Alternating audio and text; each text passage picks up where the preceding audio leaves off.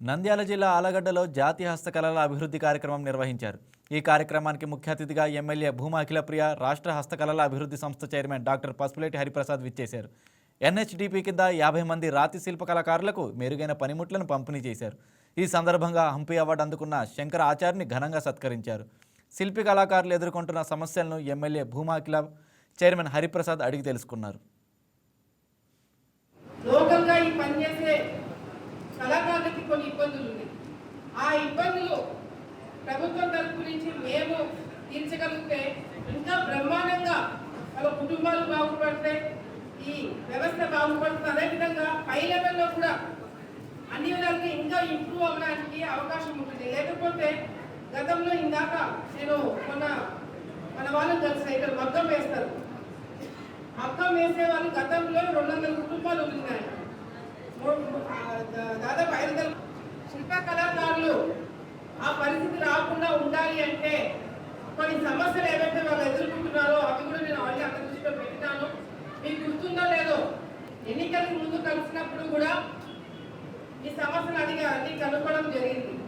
కానీ దానికన్నా ముందు నేను గతంలో నాన్న చనిపోయిన తర్వాత మంత్రి అయినప్పుడు ఆలగడ్డలో ఈ విధంగా మన కళాకారులకి ఏం చేయగలుగుతాము, అసలు గుర్తింపే లేకపోతే పని బయట ఏం మాట్లాడతారు. అందుకే మొదట జిఐ ట్యాగ్ తీసుకురావడానికి అన్ని విధాలుగా కూడా ఎన్నో ప్రయత్నాలు చేస్తున్నాం. నేను కేవలము 2 సంవత్సరాలు మాత్రమే మంత్రిగా ఉన్నాం.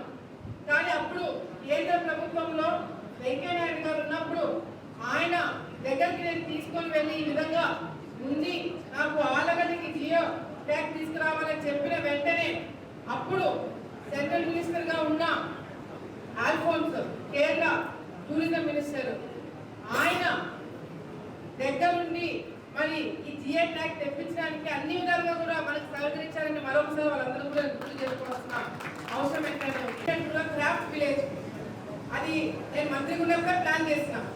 ఆ ఆడిటోరియం చుట్టూ మొత్తం కూడా ఇతర కళాకారులు స్టాల్స్ పెట్టుకోవడానికి, ఫుడ్ స్టాల్స్ పెట్టుకోవడానికి, అదేవిధంగా వీరు చేసిన పనులు ఏవైతే ఉన్నాయో ఆ తయారు చేసిన బొమ్మలన్నీ కూడా, ఆ హ్యాండ్ క్రాఫ్ట్స్ అన్ని కూడా డిస్ప్లే చేయడానికి ఒక పెద్ద ఆడిటోరియం 4 కోట్ల రూపాయలు మనం శాంక్షన్ దానికోసం చేయడం జరిగింది.